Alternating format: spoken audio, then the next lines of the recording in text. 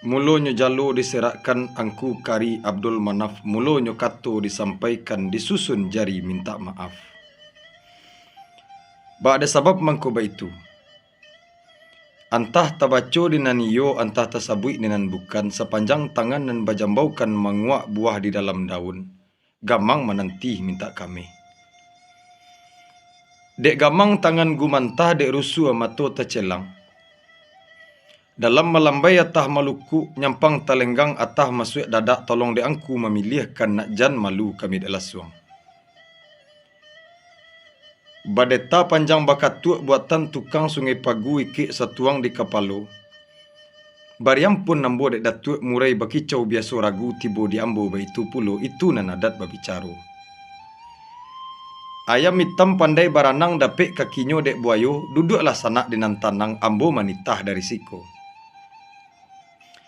Adapun nang kambo titahkan tarata asah negari babuki bakoto tenggai bajalan balabuah tagak mudik jalan kamu saji malandai kaiku koto sinan marawah dipancangkan.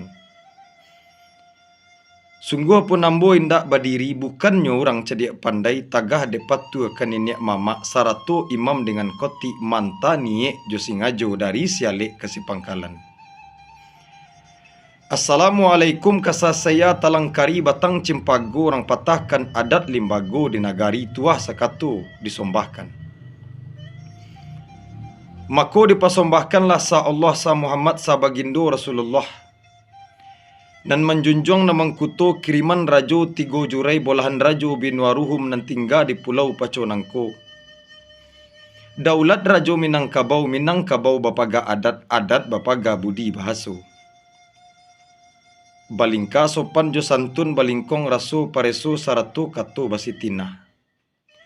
Badabu ambak mamoca mak badabu lalu katopi lalu menyasak ko posere nakodo mati tertembak dibunuh apa di mojopan badie sadantun dua dota. Pengulu banyak nan sati, urang gadang banyak batuah tuangku banyak nan kiramai. Jo sungguh ambu meminta jo maaf baribu ampun tabik kepada orang banyak nyampang kota kira jo takirai ataupun sorong jo lompat tan gawa jo gewe kota suwo tompan toroti konyo kurang. Jo salam gawa ambo japui jo maaf gawe ambo jalang salam ta'zim pamanuhi. Kato adat kato pitua rajo nan baduo pogangan monti jo dubalang saratu orang cadik pandai. Santano kaki ko salah langkama ataupun mului sumangkat tu ambo nanusa diutangi manitah bana alun pandai.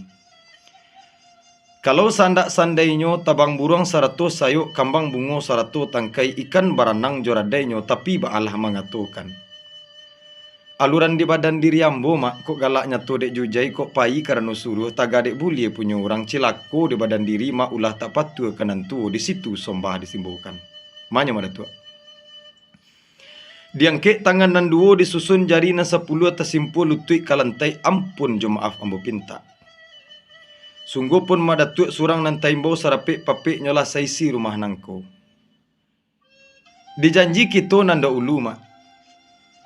Lain dak do cacik muaro nama lintang putih bak kape nan baca biak janie bak awan nan tagantuang yo tantangan dia mak. Kapanyampaian ni kapalope kan kawu supaya ni nanyo sampai limbago kawu nanyo lape.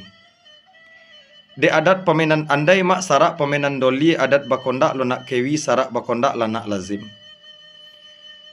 Pihak di adat nan tarantang iyo limbago nan takambang mak nan taunjuk yo nak baburikan bulia nak sampai ke tapak tangan mama iaitu nyobana tantangan kadiri simarak pulai.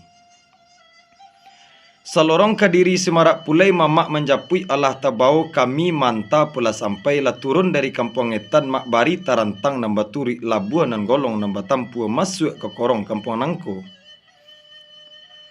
Kok tibo Allah babukakan pintu duduk lai berkembangan lapik.